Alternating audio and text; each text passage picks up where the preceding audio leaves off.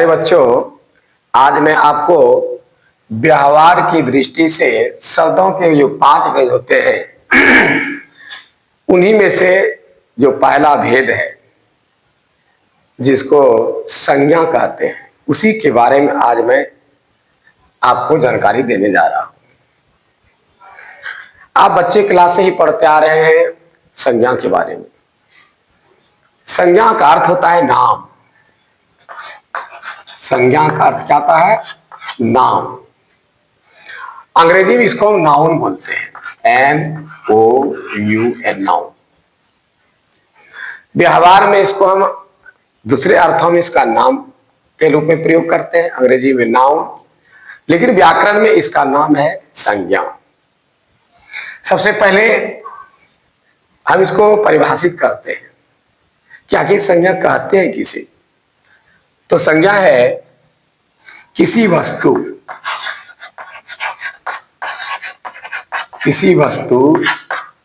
व्यक्ति, स्थान या भाव के नाम को हम संज्ञा कहते हैं। इसमें वस्तु, व्यक्ति, स्थान और भाव, इन 4 शब्दों का प्रयोग किया गया। तो आप दुनिया में अनेकानेक वस्तुएं हैं। कोई भी वस्तु है जिसका आप नाम जानते हैं, जिस नाम से उसको आप संबोधित करते हैं, पुकारते हैं, बुलाते हैं या बोलते हैं, वो सारे नाम संज्ञा कहलाते हैं। व्यक्ति, दुनिया में जितने भी व्यक्ति हैं, चाहे स्त्री पुरुष हो या कोई जानवर भी क्यों न हो, वो भी इसके अंतर्गत आते हैं। जिसका नाम आप जानते हैं, जिसको नाम से आप पुकारते हैं, जिस नाम से उसको संबोधित करते हैं, वे सारे के सारे आपका क्या है? संज्ञा है। एक वस्तु है, व्यक्ति, स्थान, जितने भी स्थान धरती पर है, चाहे वह पहाड़, पर्वत, झील, झरना, नदी, जो भी हो, प्रकृति ने जितने भी चीज तैयार किए हुए हैं, स्थान जितना भी है, चाहे एक तो हो या अनेक हो, जिसका भी नाम है, वे सारे स्थान संज्ञा कहलाते हैं। अंतिम में भाव है। भाव होता है अंदर की चीजें, हमारे अंदर से भाव प्रकट होता है। क्रोध, लज्जा, क्षमा, कृपा, दया, बुढ़ापा, मिठास, चतुराई, ये सब अंदर की भाव है। ये सारे भाव का जो नाम है, इसको जिस नाम से हम अपनी भावनाओं को व्यक्त करते हैं, ये सारे नाम भी संज्ञा के अंतर्गत आते हैं। इसीलिए हमने परिभाषा में बताया है कि किसी वस्तु, व्यक्ति, स्थान या भाव के नाम को हम क्या कहते हैं? संज्ञा कहते हैं। अब है कि जैसे में आप लिख सकते हैं, आप वस्तु है, कोई वस्तु है, जैसे हमारे हाथ में चौक है, ये वस्तु है, कुर्सी है, टेबल है, जितने भी धरती पर वस्तुएं हैं, सब संज्ञा हो गया।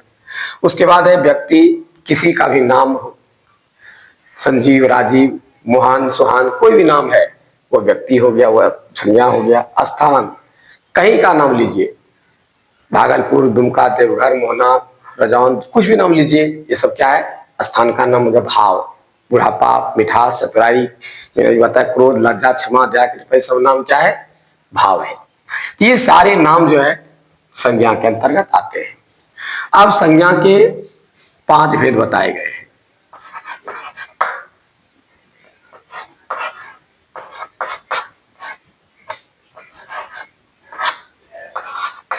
संज्ञा के 5 भेद हैं, जिसमें से पहला है व्यक्तिवाचक,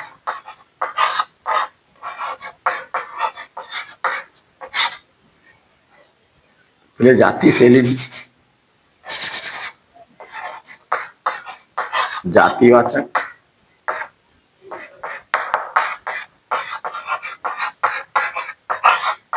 व्यक्तिवाचक,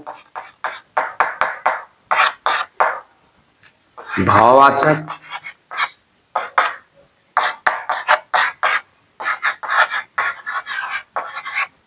समूहवाचक और अंतिम में है द्रव्यवाचक।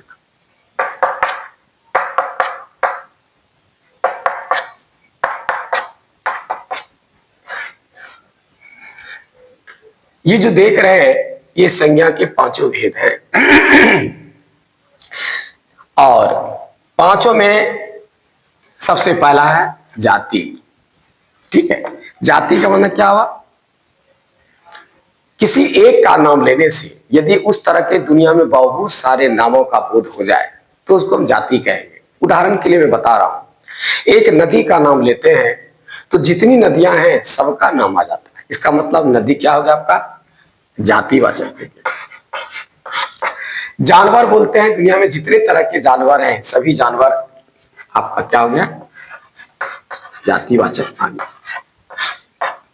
इस तरह से जितने भी नाम लेने, एक किसी एक का नाम लेने से दुनिया में उस तरह का अनेकों नामों का बोध हो जाए। पहाड़ जैसे बोलते हैं तो जितने पहाड़ है सबका नाम आ गया। घर, दुनिया में जितने घर है सबका नाम आ गया। शहर बोलते हैं जितने धरती पर शहर है सब आ गया। तो जिसका एक नाम लेने से अनेकों नामों का बोध हो जाए तो वह क्या कहलाता है? जातिवाचक। इसको परिभाषित क्या करेंगे हम? जिससे किसी भी नाम के जाति भर का बोध हो उसे हम जातिवाचक संज्ञा करते हैं। जिससे किसी भी नाम के जाति भर का बोध हो क्या कहलाता है? जातिवाचक संज्ञा कहलाता है। अब है व्यक्तिवाचक। व्यक्ति का मतलब हुआ जिससे किसी खास एक नाम का बोध हो, जिसका नाम लेते हैं सिर्फ उसी का बोध हो। जैसे उदाहरण के लिए यदि हम आप बोल दें चंद्रमा,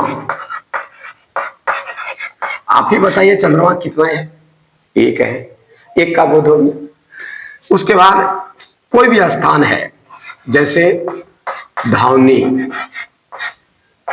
एक जगह का नाम है तो एक ही नाम का बोध हुआ। धौनी के नाम से हम एक जगह को ही संबोधित कर सकते हैं। तो कोई भी एक नाम जिससे एक ही का बोध हो वो क्या कहलाता है? व्यक्तिवाचक। पृथ्वी एक है, पृथ्वी कहने से एक ही का बोध होता है, इसलिए पृथ्वी क्या हो गया आपका? व्यक्तिवाचक हो गया। यानी जिसका नाम लेने से एक ही नाम का बोध हो, दुनिया में किसी एक का नाम ही से संबोधित हो बताया जाए वो व्यक्तिवाचक कहलाता है। तो इस तरह से हम कह सकते हैं कि दुनिया में जितना आदमी का नाम है वो व्यक्तिवाचक है और जितना जगह का नाम है, जितना जगह का हम नाम लेते जाइए, यदि मान लिया जाए धौनी नाम मैंने लिखा, धौनी नाम का कोई और भी गांव होगा तो दोनों अलग अलग है। वहां के रहने वाले लोग, वहां की व्यवस्था, यहाँ व्यवस्था में अंतर है।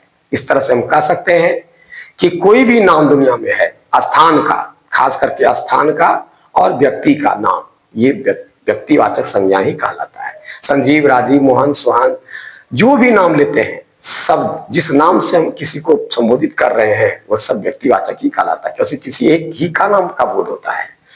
भले एक नाम कई आदमी का हो सकता है, मोहन नाम का कई लड़का हो सकता है, क्या सबका रूपरेखा, सबका घर द्वार, सबका मकान, सबका पिताजी, सबका सारी व्यवस्था एक ही है, सारा स्वभाव, सब रूपरेखा, ऐसा नहीं हो सकता है। जितने भी धरती पर व्यक्ति का नाम है वो सब व्यक्तिवाचक, और जितने भी स्थान के नाम हैं सब व्यक्तिवाचक के अंतर्गत आता है। तो इसका परिभाषा क्या हुआ? जिससे किसी भी नाम के जिससे किसी भी खास नाम का बोध, जिस संज्ञा शब्द से किसी खास एक नाम का बोध हो, जिस संज्ञा शब्द से किसी खास एक नाम का बोध हो वह क्या कहलाता है? व्यक्तिवाचक। अब आइए भाव के बारे में।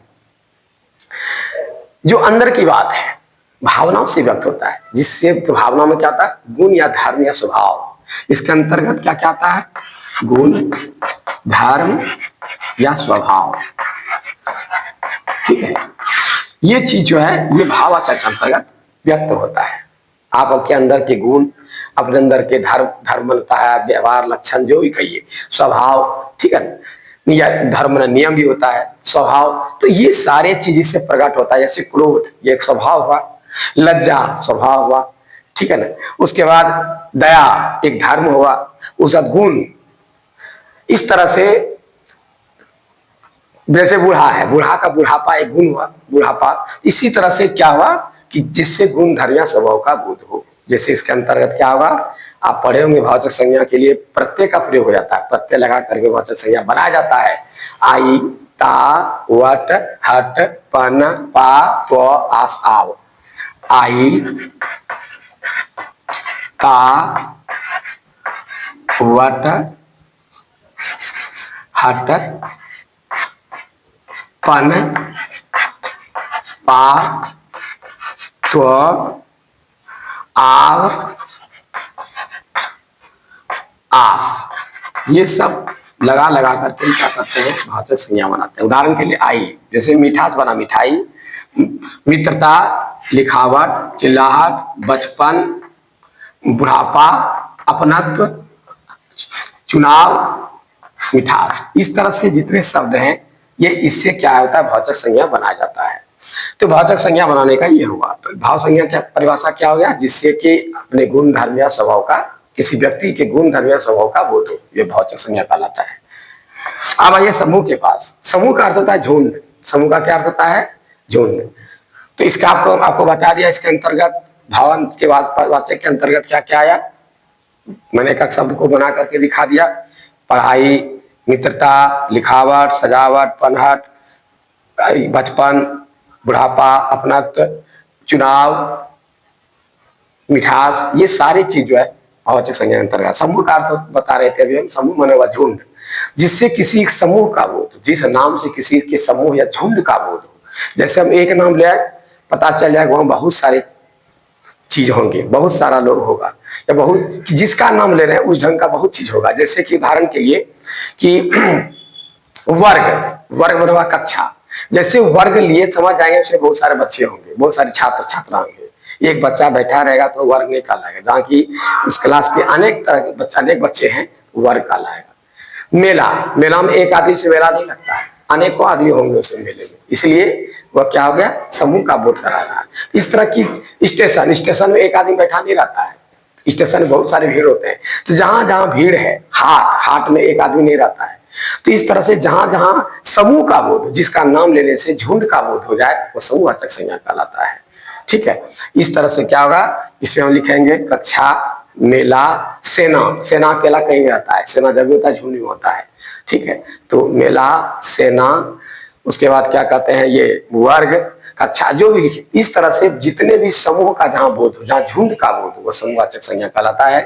अब रही लास्ट में द्रव्यवाचक, जिसको नापा जाता, द्रव्य होता है नापने जोखने वाला पदार्थ। ठीक है, जिसको नापा जोखा, चाहे नाप, चाहे हाथ से नापिए, बित्ता से नापिए, मीटर से, लीटर से, किलोग्राम से, जिससे भी नापिए, या गिनती से नापिए, कीजिए, सैकड़ा हिसाब से कीजिए, जैसे भी किसी चीज को नापते हैं, नाप जो करते हैं, जब अपना डेग से नापिए, कदम से, तो जिस तरह से नापिए, नापने वाला जितनी वस्तुएं हैं, नाप जो करके किसी वस्तुओं को हम जिस तरह से व्यक्त करते हैं, नाप करके उसको हम दूसरों के सामने बताते हैं कि इतना किलो है, इतना लीटर है, इतना मीटर है, इतना पाव है, तो जिसको भी नापा या तौला जाता है वो सारे के सारे द्रव्यवाचक संज्ञा कहलाते हैं।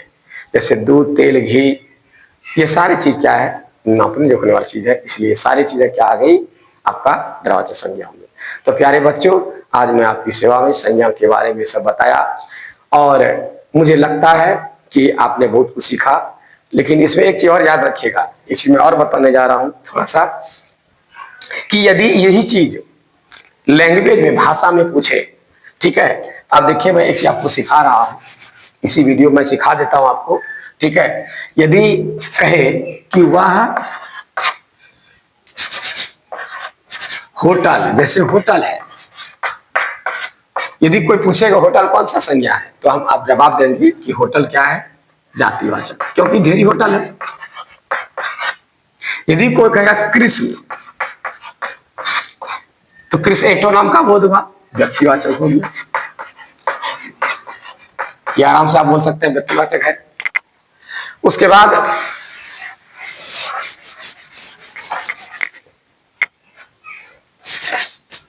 रावण, रावण खाने से क्या हुआ, व्यक्तिवाचक का बोध हो गया।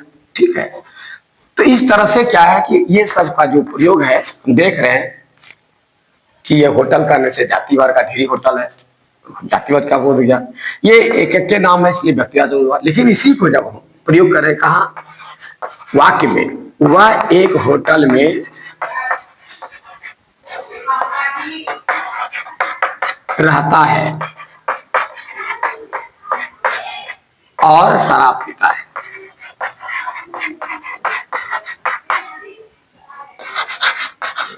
यदि ये वाक्य रहे और कहेगा इस वाक्य में होटल कौन सा संज्ञा, यदि इसी शब्द को वाक्य में प्रयोग कर दे तो अब वाक्य पर आपको वाक्य अनुसार इसका निर्णय लेना है कि वह एक होटल में रह रहा है, व्यक्तिगत एक होटल की बात हो रहा है, इसलिए यहां पर अब क्या होगा, ये व्यक्तिवाचक संज्ञा, इसको याद रखना। वाक्य के आधार पर यदि आपको परीक्षा में पूछे, परीक्षा में प्रश्न करता है वाक्य के आधार पर पूछेगा, क्योंकि कोई कंपटीशन है, बड़े बड़े कंपटीशन में इसको जो वाक्य है आपको दे देगा, दे करके, क्योंकि आप सब दिन पढ़े हैं कि होटल, आपको सर बता दिया होटल करने से ढेरी का बोध हो गया, आपको दिमाग में लोड है कि जातिवाचक हुआ, लेकिन वाक्य में इसको प्रयोग करके आपसे पूछ दिया जाएगा कि होटल वाक्य में कौन सा प्रयोग, तो आप वाक्य को जो है पढ़ेंगे, वाक्य आपको बता रहा हुआ एक होटल में रहता है, यानी एक होटल को संबोधित कर रहा है, जब एक का बोध व्यक्तिवाचक हो गया। इसी तरह से फिर मैं इसका बता रहा हूं आपको, यदि कहे कि आज घर घर में रावण पैदा ले लिया, ये दे तो रावण तो एक आदमी का व्यक्ति का बोध हो, व्यक्तिवाचक संज्ञा है, लेकिन इस वाक्य में आप क्या देख रहे हैं, आज घर घर में रावण पैदा ले लिया, तो रावण की संख्या क्या है, एक रावण नहीं है, घर घर में रावण पैदा ले लिया, तो अनेकों रावण हो गए, तो रावण से यहाँ ढेरी का बोध हो गया, इसलिए क्या अगर रावण यहाँ जातिवाचक, आपको ऑप्शन में जातिवाचक लिखना होगा। ये सब आपको वाक्य में ध्यान देना है, ठीक है ना, कि वाक्य हमको क्या कह रहा है, वाक्य के आधार पर इसका निर्णय लेना है। ऐसे रावण शब्द का प्रयोग यदि अकेला से पूछा जाए रावण क्या है तो व्यक्तिवाचक, लेकिन वाक्य के द्वारा इसको पूछा जाए तो क्या कहेंगे हम, इसको जातिवाचक। इसलिए वाक्य के द्वारा इसका निर्णय लेना है, ये हमेशा याद रखना, जब भी कंपटीशन में पूछे तो हमेशा ध्यान देते रहना है कि हमारा वाक्य क्या कह रहा है, वाक्य के आधार पर इसका निर्णय लेना, तब तुम्हारा आंसर सही होगा, नहीं तो प्यारे बच्चों आप फंस जाओगे, क्योंकि आप बोलेंगे सर यही पढ़ाए है, तो आप सर के नाम पर झूल जाओगे और मतलब टटक करके नंबर गलत हो जाएगा। इसलिए याद रखना। ऐसे भी लोग मौखिक में पूछता है कि भाई तुम्हारा संज्ञा क्या है, तो हम अकबका जाते हैं कि मेरा संज्ञा क्या है, तो संज्ञा मतलब मेरा नाम।